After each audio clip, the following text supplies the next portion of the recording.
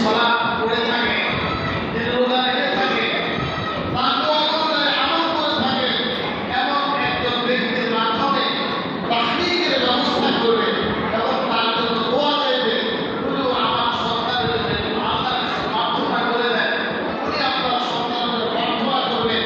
এই দোয়া করা, তাহলিক করা, বাচ্চা ভূমিষ্ঠ হওয়ার পরে এটাই সুন্নাহ, হাদিস থেকে প্রমাণিত।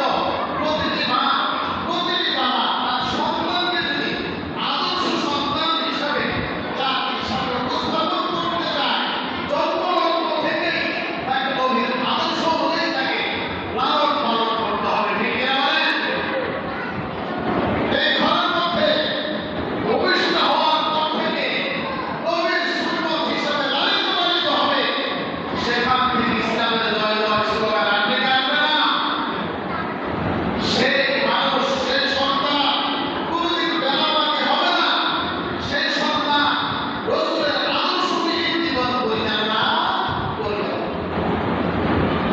প্রথম দিন কাজ হলো আযান দিয়ে দিব, ডাক্তার বাবাকে দাওয়াত দিয়ে দিব, বুজুর্গ ব্যক্তির মাধ্যমে পরিষ্কার নির্দেশের মাধ্যমে তাহলিকের ব্যবস্থা করা হবে। আর আমার হায়াতের মালিক আল্লাহ পাক, যদি আল্লাহ পাক দান করে থাকে, আপনার এই সন্তান যদি আস্তে আস্তে বড় হয়ে যায়, বড় হয়ে হয়ে সপ্তম দিন পর্যন্ত চলে আসছে।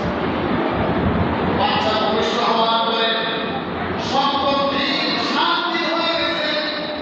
যখন 7 দিন হয়ে যাবে, তখন আপনার আল্লাহর হাবিবের মহব্বত কিছু করণীয় আছে, সেগুলো যদি করেন, বাচ্চার জন্য লাভ হবে, আপনার জন্য লাভ হবে।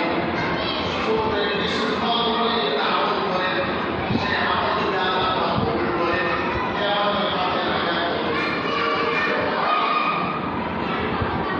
عن سمرة رضي الله عنه قال رسول الله صلى الله عليه وسلم كل غلام عاجلة بعمل يذبح عنه يوم سابعه ويخلق ويسمى رسول كريم سيد المرسلين বাচ্চা বয়স যখন 7 দিন হয়ে যাবে, প্রতিটি সন্তানের পিতামাতার গঠন হচ্ছে সপ্তম দিন তার একটি সুন্দর নাম রাখা আছে।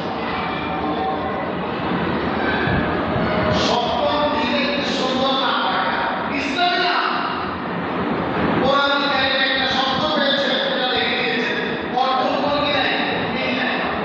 কোরআনে তো জাহেল আছে, আবু জাহেল হবে, আবু জাহেল লিখে দিবেন, লাহাব আছে, লাহাব কি রাখা যাবে?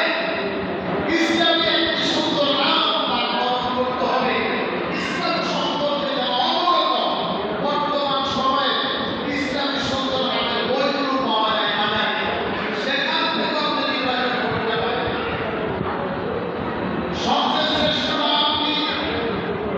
আল্লাহ হাবিব সাইয়্যিদুল মুরসালিন বলেন, তাহাব্বুল আসমা'i ইলাল্লাহি আবদুল্লাহ। আল্লাহর কাছে সর্বাধিক প্রিয় নাম হচ্ছে আবদুল্লাহ এবং আবদুল্লাহ। সুবহানাল্লাহ। আমরা কোন সন্তানের নাম যদি আব্দুল্লাহ রাখতে চাই, তো হুজুর এটা তো কুরআন না, বলে কি বলে না? আপনার কাছে কুরআন হলো, আমার কাছে কুরআন নয়। বাবার কাছে কুরআন হলো, আমার কাছে কুরআন নয়। দাদার কাছে কুরআন হলো, আমার কাছে কুরআন নয়। আল্লাহ বলেন, আমার কাছে শ্রেষ্ঠ নাম হচ্ছে আব্দুল্লাহ, আমার কাছে শ্রেষ্ঠ নাম হচ্ছে আব্দুল্লাহ।